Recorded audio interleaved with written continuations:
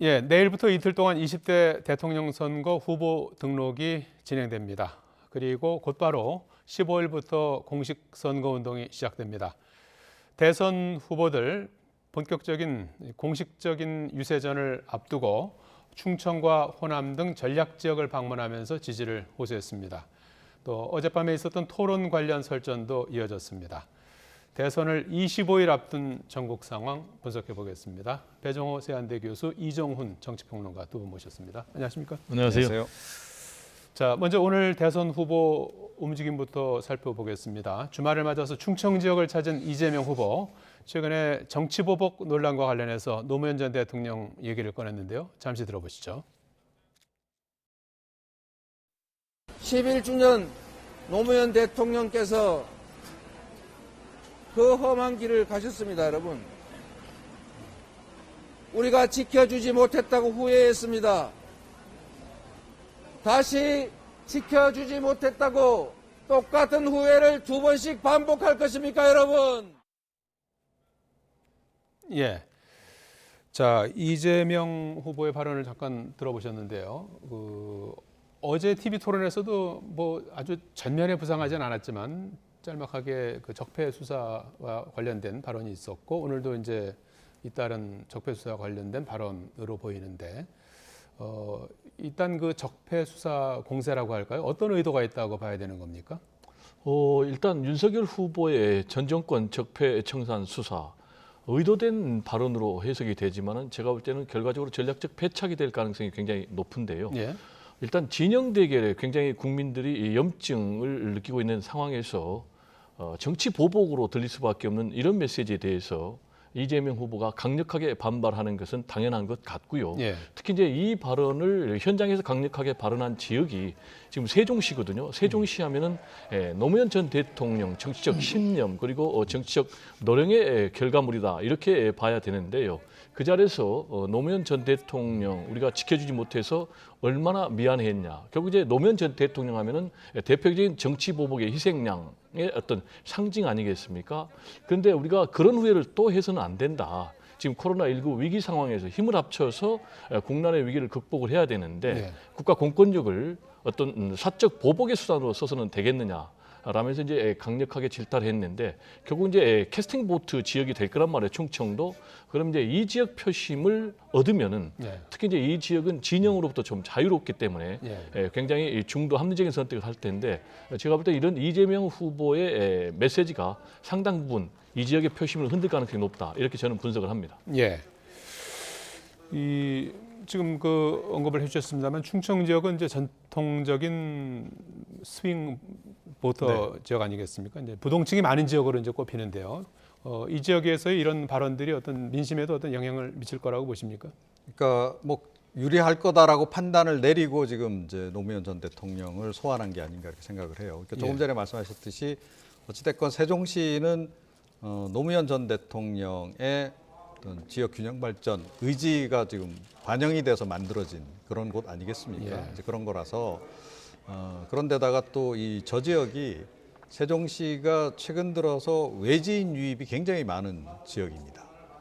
그래서 조금 전에 말씀하셨듯이 지역색이라든가 또 이념색 이런 것이 상대적으로 굉장히 좀 이제 약한 지역이고 당연히 이제 부동층도 많은 지역이고 이제 중도층도 많고 좀 그런 지역인 거죠. 그래서 그런 지역에서 일단 좀 뒤집기를 좀 시도하고 있는 게 아닌가. 최근에 이제 일련의 여론조사 결과를 보게 되면 윤석열 후보가 이쪽 지역 출신이라고 하는 얘기가 좀 많이 돌아서 그런지는 모르겠습니다만 비교적 좀 이제 이재명 후보 대비해서는 지지율이 높게 나오는 지역이거든요. 그래서 여기서 뒤집지 않으면 승세를 이어가기가 좀 어렵다 이런 판단을 좀 한 것 같아요. 그래서 일단 노무현 전 대통령의 권위를 좀 활용해서 이쪽에서 판세를 좀 뒤집어 보겠다. 그런 의지를 좀 반영한 그런 발언이 아니었나 이렇게 생각합니다. 예. 그런데 어젯밤에 TV 토론에 앞서서 이 적폐 수사 문제가 상당히 이제 그 주된 쟁점이 될 것이다. 이제 이런 전망을 했었는데 실제로 그렇습니다. TV 토론에서는 뭐 별로 언급이 되지 않는 수준이었어요. 그 이유는 뭐라고 보십니까? 워낙 핫한 이슈이기 때문에 예. 제가 볼 때는 각자 이 문제를 꺼내기가 상당히 부담이 됐던 것 같습니다. 예. 만약에 이 문제를 어느 한 후보가 포문을 열어서 문제 제기하면은 제가 볼 때는 뭐 2차 TV 토론 처음부터 끝까지 이 문제가 상당 부분 핵심 이슈로 갈 가능성이 높거든요. 그렇게 되면은 이재명 후보 같은 경우는 위기에 강한 경제 대통령, 민생 대통령을 강조하고 있는데 그런 부분이 좀 묻힐 가능성이 있고요. 윤석열 후보 같은 경우는 이 문제를 제기할 경우에는 이재명 후보 그리고 심상정 후보, 안철수 후보 세 후보로부터 보복, 정치 보복 프레임에 갇힐 수가 있기 때문에 역시 이제 꺼내지 않은 것 같고요. 그리고 이제 안철수 그리고 심상정 두 후보도 자신들의 좀 존재감을 보여야 되는데 예. 이 문제를 꺼내면은 양강 후보의 싸움으로 가다 보니까 결국 네 사람이 이런 각자의 계산에 따라서 이 문제를 이제 제기하지 않은 것으로 보이고요. 예. 다만 이재명 후보는 방금 전에 화면에서 보셨듯이 공중전에서는 TV 토론에서는 이 문제를 제기하지 않았지만은 가는 곳곳마다 이 문제를 지역에 따라서 앞으로 공세적으로 펼칠 것으로 전망이 됩니다. 예. 이 문제는 이제 문재인 대통령도 격노하고 이제 사과까지 요구한 그런 상태 아니겠습니까? 그래서 이제 대립 전선이 형성되어 있는 그런 상황인데 대선 판세는 어떤 영향을 미칠 거라고 보십니까? 이제 이게 이재명 후보에게 꼭 유리하다라고 보기가 좀 어려운 거죠. 그래서 아마 이제 어제도 이재명 후보가 이 이슈를 주도적으로 문제 제기를 하지 않았을 것이다라고 예. 봐요. 그러니까 만약에 이 이슈를 TV 토론에서 집중적으로 제기하는 게 나한테 이득이다라고 판단하면 이재명 후보가 이걸 절대 놓칠 리가 없었겠죠. 그런데 일단 기본적으로 이 이슈는 윤석열의 이슈인 겁니다. 출발 자체가. 그래서 이제 그 남의 이슈에 뛰어들어서 내가 유리한 판으로 과연 이끌어내는 것이 가능하겠는가. 이게 이제 쉽지 않은 그런 측면이 있고요. 이슈를 제기한 쪽이 유리합니까? 그렇죠. 아무래도 그렇죠. 예. 그러니까 자칫 잘못하면 이제 그야말로 남의 운동장에 가서 싸움을 해야 되는, 그러니까 어웨이전을 이제 펼쳐야 되는 그런 그 상황이 벌어질 수 있는 데다가 또 다른 점은 뭐냐 하면 전선이 지금 문재인 대통령이 강하게 발언을 하고 나서면서 대선전이 이재명 대 윤석열 구도가 아니고 자칫 이게 문재인 대 윤석열 구도처럼 이제 이렇게 좀 전환되는 그런 그 효과도 좀 있다는 거죠. 그 부분이 과연 이재명 후보에게 도움이 되느냐 하는 겁니다. 그러니까 이재명 후보 같은 경우에는 뭐 다 아시다시피 최근 들어서 중도 외연 확대를 하면서 이재명 정부는 문재인 정부하고 다르다. 그러니까 차별화를 계속 지금 시도를 하고 있단 말이에요. 예. 그런 상태에서 갑자기 이 대선 구도에 문재인 대통령이 중심이 돼버리게 되면 예. 본인이 이제까지 했던 중도 외연 확대 정책이 좀 수포에 그칠 수도 있는, 무산될 수도 있는 그런 상황입니다. 그래서 아마 이 전선을 그 TV 토론이라든가 이런 걸 통해서 더 확산시키는 것은 조금 부담스러웠던 그런 측면이 있지 않나 이렇게 생각합니다. 예. 저는 좀 다르게 보는 게요. 예. 제가 아까 말씀드린 대로 이재명 후보는 싸움터를 차별하는 그런 전략이지 이 문제는 결과적으로 제가 볼 때는 이재명 후보에게 유리한 이슈가 될 것이다라고 봅니다. 예. 말씀하신 대로 윤석열 후보는 반문 세력을 결집하기 위해서 지금 이 정치 보복으로 해석될 수밖에 없는 적폐청산 수사 카드를 꺼낸 것은 틀림이 없는데 예. 왜 제가 결국 이제 윤석열 후보에게 불리하고 이재명 후보에게 유리한 쪽으로 갈 것이냐라고 보는 이유는 이제 두 가지인데요. 예. 하나는 이제 진영 대결 양상으로 가는데 결과적으로 앞으로 이제 진영 대결 양상이 더 가속화되는데 지금 윤석열 후보 같은 경우는 상당 부분 이재명 후보에 비해서 진영의 결집도가 좀 진행이 된 그런 상황이에요. 그 근거는 뭐냐면 여론조사를 보니까 예. 왜 윤석열 후보를 선택하느냐와 관련해서 정권 교체 때문에 한 65% 정도 되고요. 예. 윤석열 후보가 좋아서는 5%밖에 안 되거든요. 반면에 지금 이재명 후보 같은 경우는 호남에서도 60%대 정도를 유지하고 있고 친문에서도 한 70% 정도밖에 결속을 하지 않았거든요. 예. 따라서 이제 진영 대결로 양쪽 다 결속을 하게 되면은 상대적으로 이재명 후보의 결속도가 더 높아질 가능성이 높다라는 걸 하나 하고요. 예. 역시 이제 이번 대회에서는 51대 49의 싸움으로 가게 되면은 중도 무당층 한 20% 정도 되는데 그분들 선택이 굉장히 중요하거든요. 예. 근데 그분들 입장에서는 지금 우리나라 대통령들을 살펴보면 4명이 사법 처벌을 당했지 않습니까? 예. 그리고 한 명의 대통령은 굉장히 불행한 정치 보복을 통해서 극단적으로 유명을 달리한 그런 상황에서 또 정치 보복이냐라는 부분에 대해서 굉장히 이 중도 무당층의 합리적인 생각을 가진 분들은 거부감이 심할 거예요. 특히 이제 코로나19 상황에서 더구나 이제 윤석열 후보가 다음에 서울중앙지검장을 자신의 측근인 한동훈 검사장을 발탁할 것까지 얘기를 했기 때문에 이 부분은 굉장히 전략적으로 시작을 했으나 예. 결국 오발탄까지 가는 그런 성격의 이슈가 될 것이다라고 저는 전망을 합니다. 예, 적폐수사 발언이 그 양쪽의 그 지지층을 이제 결집시키는 효과가 그건 있다라는 틀림없죠. 일반적인 이제 분석이 있는데 이 가운데서도 이재명 후보의 결집력이 더 공고해질 것이다. 네, 남은 이런 부분이 전망을 있기 해주셨어요. 때문에 네 그렇습니다. 자, 뭐 이제 주말 지나면 또 다음 주 초에 나오는 여론조사를 좀 더 그런 부분을 감안해 지켜보기로 하고요. 이런 상황에서 국민의힘 윤석열 후보는 호남을 찾았습니다. 통합을 강조하는 한편 정권 교체 필요성을 역설했는데요. 발언 잠시 들어보시겠습니다. 철진한 이념으로 편가르기를 하고 오로지 갈라치기로 선거에서 표 얻는 그런 정책만 남말을 하다 보니까 나라의 근간과 기본이 무너졌습니다. 호남인들께서 지켜오신 자유민주주의를 바로 세우고 예, 열차를 타고 윤석열 후보 호남을 방문했는데요. 윤석열 후보를 비롯해서 뭐 이준석 대표도 뭐 앞서서도 이제 호남을 방문했었고요. 국민의힘 지도부가 호남에 공을 들이고 있는 그런 모습을 볼 수가 있는데 지역 개발 공약도 잇따라 내놓고 있고 호남 민심이 호응할까요? 그러니까 그렇게 만들려는 노력이죠. 네. 그러니까 내친 김에 30% 가보자.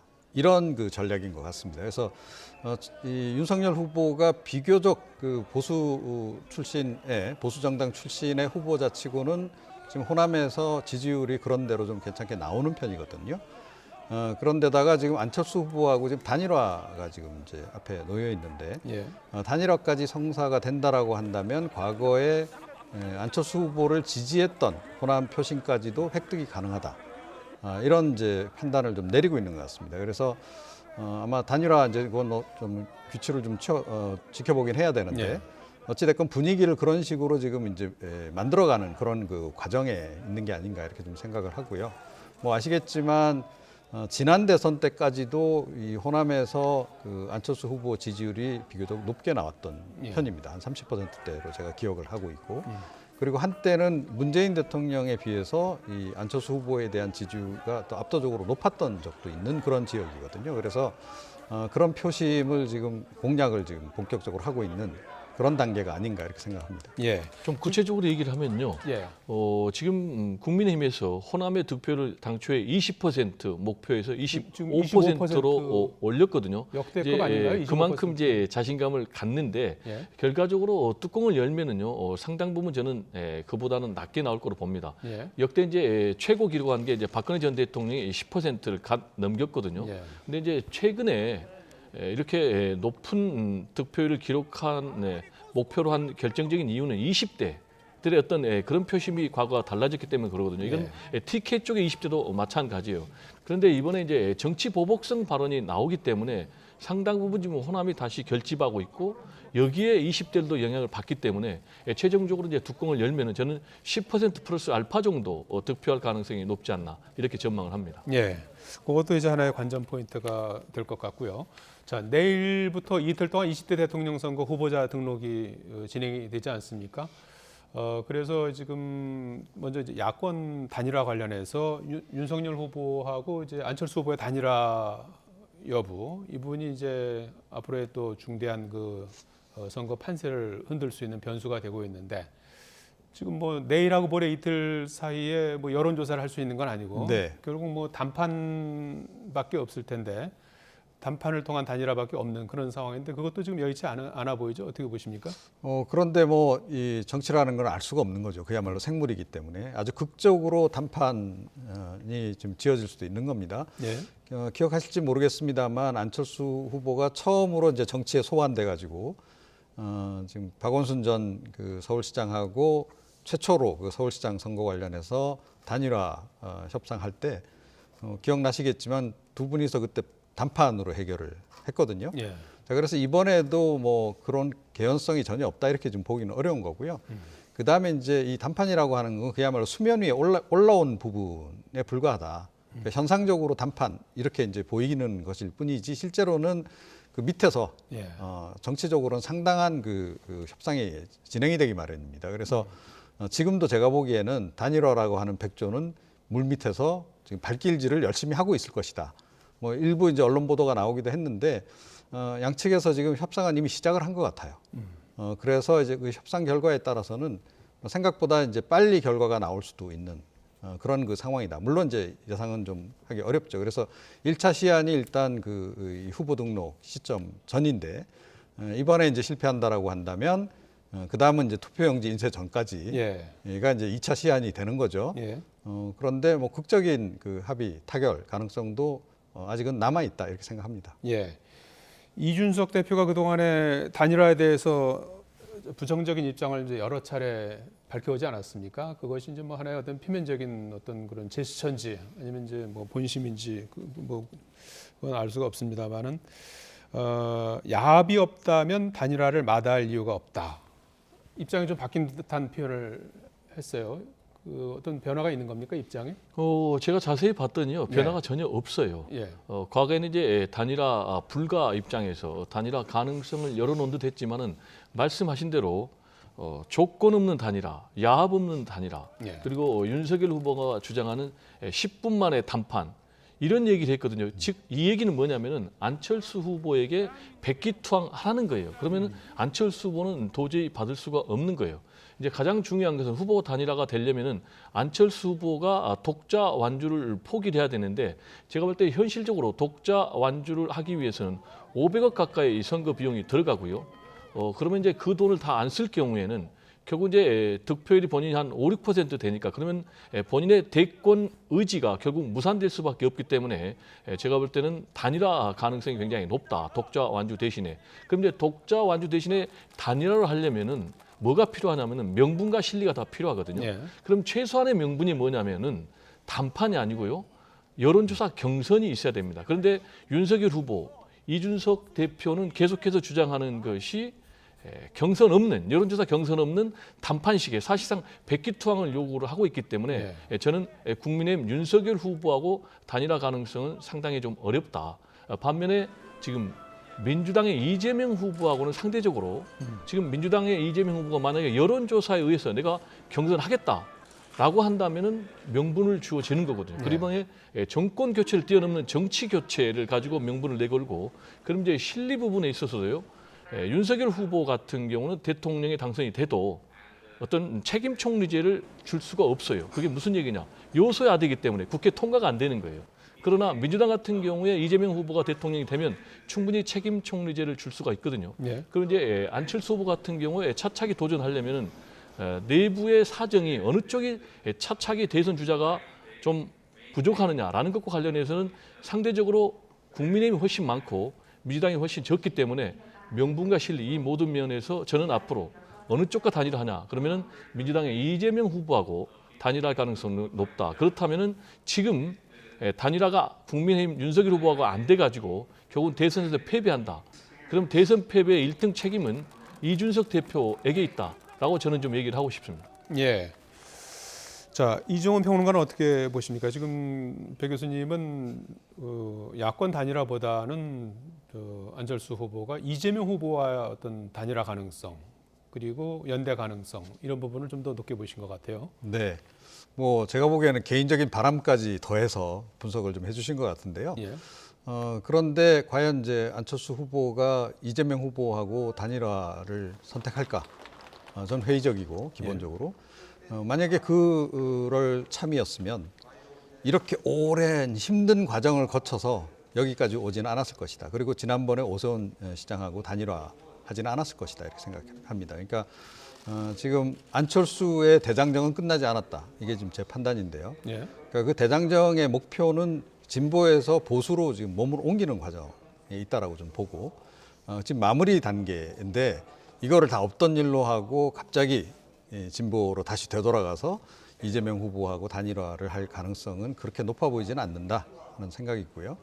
이준석 대표의 저 발언은 그러니까 뭐 야합이라는 표현을 좀 쓰긴 했습니다만 나 몰래 살짝 하지 마세요. 그 얘기를 좀 하는 거다라고 좀 봐요. 그래서 단일화 협상이 진행되는 과정에서 본인을 좀 소외시키지 말라라고 하는 부분을 좀 주문하는 것에 불과하다라고 저는 생각을 하고 단일화 지금 협상이 지금 실제로 좀 진행 중인 것으로 알려지고 있기도 하지만 예. 그 가능성이 훨씬 더 그쪽하고 이제 가능성이 훨씬 더 높다라고 보고 민주당 쪽에서 그러면 단일화 지금 제안을 좀 계속 지금 최근 들어서 적극적으로 상당히 구애를 하고 있는데 그게 과연 진정성이 있는 단일화 제안인지는 모르겠어요. 그러니까 예. 정치적으로 보면 오히려 지금 안철수 후보와 윤석열 후보의 단일화를 무산시키기 위한 카드로서 지금 자꾸 지금 단일화 요구를 안철수 후보를 향해서 하고 있는 게 아닌가. 아마 그런 정도는 예. 안철수 후보 측에서도 판단을 이미 내리지 않았을까 이렇게 생각합니다. 예. 이 단일화와 관련해서는 이제 투표 용지가 인쇄되는 게 28일부터 이제 인쇄가 돼서 아마 또 27일까지가 또 뭐 2차 시한이라고 하니까 그건 좀 지켜보기로 하죠. 제가 짧게만 예. 좀 얘기를 하면요. 예. 안철수의 정치 정체성에 대해서 좀 잘못 해석을 하고 있는 것 같은데 진보에서 보수로 옮겨갔다라고 얘기를 하고 있는데요. 정확하게 얘기하면 안철수 후보는요. 거대 양당 제도를 혁파하는 것을 본인의 정치적 신념으로 하고 있기 때문에 진보냐 보수냐라고 규정하는 건 좀 안 맞고요. 다만 자신의 집권을 위해서 그리고 자신의 이제 주장하는 정치 혁명을 위해서 방법론은 좀 바꿀 수가 있는 것이죠. 그리고 이제 개인적인 의견은 다 누구나 똑같은 거고요. 앞으로 이제 일정을 역산해 보면은 1차 단일화 시한이 13, 14일 이전에 이루어져야 되는 것이고요. 예. 2차 단일화 시한이 이제 28일 날 투표용지가 인쇄되기 전인데 그렇다면 그 27일 날 발표가 돼야 되고 27일 날 발표가 되려면 최소한 25, 26일 날은 여론조사가 돼야 되고 여론조사가 되려면은 양쪽의 후보가 단일화에 합의를 해서 시동을 걸어야 되는데 그럼 이제 다음 주가 되거든요. 그러면 이제 다음 주가 되면 우리 이종훈 평론가님 말씀이 맞는지 제 말이 맞는지는 피차간에 좀 우리가 밥 한 끼 좀 식사 내기를 한번 해볼 필요가 있을 것 같습니다. 예. 자, TV 토론 얘기를 좀 해보도록 하죠. 어제 2차 TV 토론 후보자들 관련한 각종 의혹은 물론 배우자 논란까지 거론되면서 1차 때보다는 좀 수위도 좀 높고 내용도 좀 더 후보들 모두 이제 충실한 그런 그 모습을 보인 것 같은데 두 분은 어떻게 보셨는지 좀 총평으로는 좀 한번 말씀하시고 구체적으로 좀 들어가도록 하죠. 좀 퇴행했다라고 저는 판단합니다. 그러니까 1차 TV 토론 때는 윤석열 후보가 이제 네거티브전을 이제 주도를 했죠. 이재명 후보는 거기에 대해서 맞대응을 하지 않았습니다. 그런데 이번에는 이재명 후보도 네거티브전에 함께 뛰어들면서 전체적으로 지금 TV 토론 자체가 네거티브전으로 지금 일관하는 그런 매우 퇴행적인 그런 토론이 진행이 됐다라고 저는 생각을 해요. 그러니까 저는 이재명 후보가 왜 그랬는지 좀 개인적으로 납득이 좀 가지 않습니다. 그러니까 본인이 뭐 정책도 잘 알고 있고 또 그 네거티브전 하지 않겠다라고 최근에 선언한 바도 있고 그렇다면 이제 TV 토론 지난번에 충분히 이제 논의를 못했기 때문에 이번 2차 토론에서 본인의 비전과 정책을 집중적으로 알릴 수 있는 그리고 다른 후보에 대비해서 그 본인의 그 비전이나 정책이 우수하다라고 하는 점을 부각시킬 수 있는 굉장히 좋은 기회였다라고 저는 보는데 그런데 본인도 네거티브전에 뛰어들므로 해가지고 그런 기회를 좀 못 살린 게 아닌가 좀 그렇게 좀 생각을 합니다. 네, 배 교수님. 일단은 1차 TV 토론에 비해서의 형식 자체가 2차 TV 토론은 뭐 한 56분 정도가 자유 토론이기 때문에 격돌할 가능성이 높았어요. 근데 이제 윤석열 후보가 시작부터 그냥 뭐 청년 정책 주제하고 좀 상관없이 굉장히 네거티브성 공격을 때리면서 또 이재명 후보도 맞받아치면서 말씀하신 대로 상당히 좀 격돌하는 그런 상황이 펼쳐졌는데요. 저는 이제 눈여겨보는 대목은 뭐냐면 두 가지인데 하나는 안철수 후보가 윤석열 후보를 향해서 25번이나 질문을 했다는 거예요. 제가 볼 때는 개인적으로 안철수 후보의 주적은 윤석열 후보가 아닌가라는 생각이 들 정도였거든요. 이 얘기는 앞으로 진행될 단일화를 우리가 전망해 볼 수 있는 하나의 단초가 되는 것 아니냐라는 생각을 하고요. 역시 이제 관련해서 이재명 후보는 윤석열 후보하고는 강하게 대립각을 세웠지만은 안철수 후보는 포용하는 이건 앞으로 진행될 후보 단일화를 염두에 둔 그런 포석이 아닌가 좀 생각이 들었습니다. 예. 자, 이번 토론에서도 역시 대장동 의혹을 둘러싼 공방이 이어졌습니다. 코로나19 사태와 관련해서 신천지 압수수색을 둘러싼 공방도 벌어지기도 했는데요. 관련된 녹취 잠깐 들어보시겠습니다. 우리 윤 후보님 아버지 집 팔았죠. 저는 공익 환수를 설계했고 국민의힘은 배임을 설계한 겁니다. 8,500억이 도대체 어디로 흘러갔는지 전혀 지금 검찰이든 뭐 조사도 안 하고 특검도 안 되지 않습니까? 분명히 법무부 장관이 압수수색하라고 지시했는데 복지부 의견을 들어서 압수수색을 거부했다. 우리 교주께서 우리 윤석열 후보 덕분에 살았으니까 빚 갚아야 된다. 진짜로 압수수색 안 하는 이유가 뭡니까? 법무부 장관의 압수수색 지시는요, 그건 완전히 쇼입니다. 왜냐하면 압수수색 지시를 언론에 공개하면서 하는 기자들이 다 그때 웃었습니다. 완전히 코미디 같은 쇼죠. 다 웃었습니다. 예, 먼저 대장동 얘기를 좀 해봐야 될 것 같은데 대장동 의혹과 관련해서 윤 후보가 공세 수위를 높였어요. 어제 같은 경우에는 백현동 토지 용도 변경 특혜 의혹과 관련해서 문제 제기를 했고 또 성남 FC 후원금 논란 이런 부분들에 대해서 추궁을 했는데 이 부분은 어떻게 보셨습니까? 네.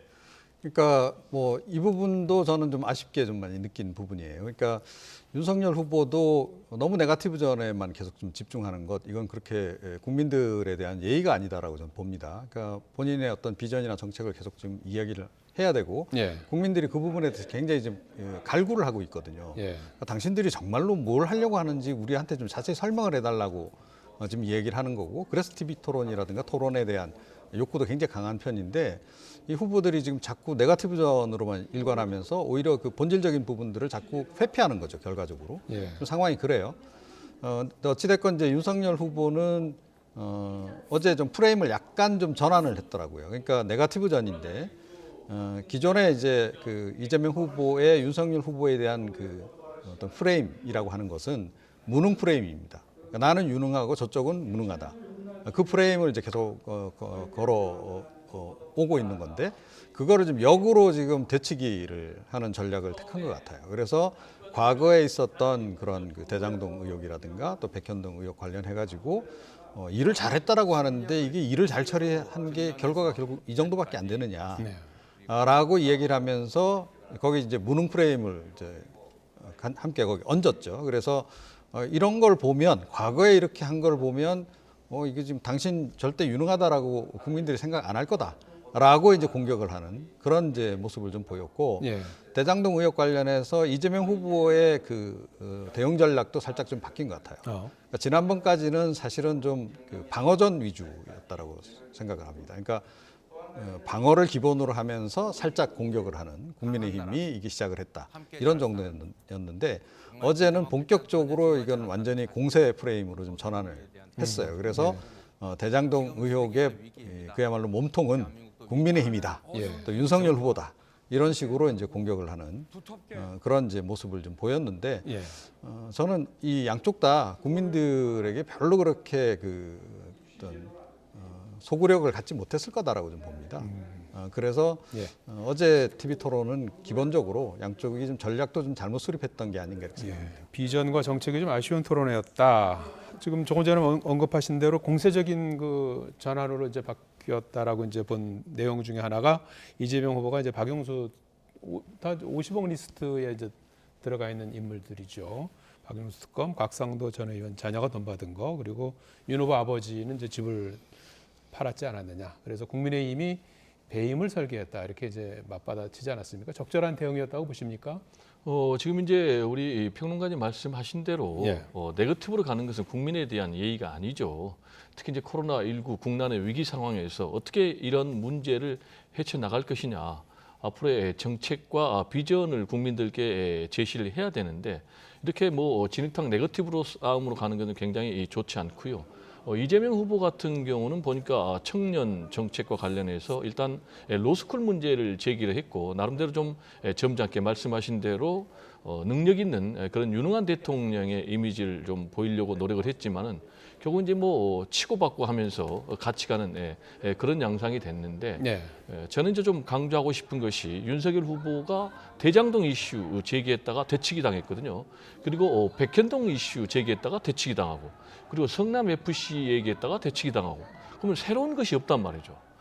제가 볼 때는 뭐 결정적인 그런 뭐 근거를 가지고 상대를 제압할 수 있는 새로운 사실이 아니다면은 그 시간에 본인의 어떤 정책과 비전을 국민들에게 충분히 전달하는 것이 더 효율적인 TV 토론 자세가 아닌가 생각이 좀 듭니다. 자, 그리고 이번 토론에서 첫 번째 1차 토론에서는 등장하지 않았던 후보들의 배우자 논란이 도마 위에 올랐죠. 관련 발언 잠깐 들어보시겠습니다. 부인께서 지금 도이치모터스 이거 지금 주가 조작에 연루돼 있다는 말이 많은데 5월 달 이후로는 뭐 거래하지 않았다 그랬는데 그 후에 막 거래를 수없이 했다는 수십억 수십 차례 거래가 있다는 얘기도 있지 않습니까? 그 대장동 그 게이트에 비해서 그 작은 사건임에도 불구하고 훨씬 더 검찰에서 연인원을 더 많이 투입해서 했고 아직까지 뭐 무슨 문제점이 드러난 적은 없습니다. 자택을 수시로 오가면서 배우자 비서 역할을 했어요. 그러니까 사실 성남시장부터 11년간 사실은 배우자에게 비서실을 만들어준 거나 다름없습니다. 예, 먼저 이재명 후보 배우자인 윤석열 후보 배우자인 김건희 씨가 도이치모터스 주가 조작 의혹과 관련해서 추가 정황에 대해서 묻지 않았습니까? 일정 시점 이후에도 이제 추가적인 주식 거래가 있었다. 이제 이런 부분들에 대해서 이제 의혹을 제기했는데 윤 후보는 검찰에 충분히 조사했고 문제가 없었다. 이렇게 대답을 했어요. 충분한 해명이었다고 보십니까? 충분치 않죠. 네. 예, 충분치 않고 조금 전에 이제 뭐 심상정 후보 좀 발언하는 내용이 나오기도 했는데 어제도 역시 TV 토론은 심상정 후보가 가장 잘했다. 그리고 이재명 후보나 윤석열 후보가 땀을 흘릴 만한 그런 질문을 전곡을 딱 찌르는 그런 질문을 이제 던져서 후보들이 사실은 제대로 좀 답을 못하는 그런 모습이 이제 연출되기도 했는데 이 도이치모터스 관련해서 뭐 지금 수사가 진행 중인 상황이라서 뭐 어떻다, 김건희 씨가 유죄다, 뭐 아니다 이렇게 딱 한쪽으로 제가 말씀드리기는 좀 어려운데 예. 정황상으로는 특혜를 받았을 가능성이 굉장히 높아 보이는 건 분명한 거고 이제 이런 부분에 대해서 아마 자세히 뭐 여러 가지 공개한다거나 심상정 후보가 어제 요구했던 뭐 이런 그 자료 공개라든가 이런 부분에 좀 응하기가 좀 어려운 상황. 예. 이다. 그래서 어제는 사실은 다분히 이 부분은 회피성 발언으로 좀 일관했던 그런 그 상황이다 이렇게 생각합니다. 예. 이재명 후보는 김혜경 씨 논란과 관련해서 변명의 여지 없이 자신의 불찰이다 이렇게 해서 사과를 했어요. 그리고 국민의힘에서는 지난번 김 씨 사과를 놓고서 구체적인 해명이 부족한 맹탕 사과다 이렇게 했는데 어제 이 후보의 해명은 어떻게 들으셨습니까? 잘못한 것은 잘못했다고 인정을 해야죠. 예. 그런 부분에 있어서는 저는 오히려 이재명 후보의 이런 태도는 마이너스적인 태도가 아니고 국민들로부터 공감을 얻을 수 있는 그런 태도가 아닌가 생각이 되고요. 예. 지금 이제 아시겠지만 이 사건이 터지니까 그 담당장 배모 씨란 분도 사과를 내놨고 안에 이제 김혜경 씨도 입장문을 통해서 사과하고 그것도 부족하다고 판단해서 직접 기자회견해서 일문일답까지 하면서 사과 입장을 밝혔고 이재명 후보도 두 차례나 사과했는데 지금 또 사과를 했거든요. 이런 부분은 저는 굉장히 필요한 자세다라고 생각을 하고요. 네. 반면에 이제 좀 윤석열 후보 도이치모터스 주가 조작 관련해서 안에 계좌를 공개를 했는데 지금 일부분만 공개하고 일부분을 공개 안 했다는 건 아니겠습니까? 예. 그러면서 전혀 문제 없다라고 얘기하지만 공범들은 지금 5명 다 구속 기소돼서 재판받고 있는 그런 상황이란 말이에요. 따라서 심상정 후보 말대로 확실하게 계좌를 다 공개하는 것이 가장 바람직한 자세가 아닌가 생각이 좀 됩니다. 예. 자, 내일과 모레 후보 등록이 진행이 되고 이후 15일부터 3월 8일 자정까지 22일간의 20대 대선 레이스에 돌입합니다. 박빙의 구도 속에 코로나 발생이 최고조에 이르는 시기에 치르는 대통령 선거, 유권자의 현명한 판단과 적극적인 투표권 행사가 어느 때보다 중요한 선거가 될 것 같습니다. 지금까지 배정호 세한대 교수, 이정훈 정치평론가였습니다. 두 분 고맙습니다. 네, 감사합니다.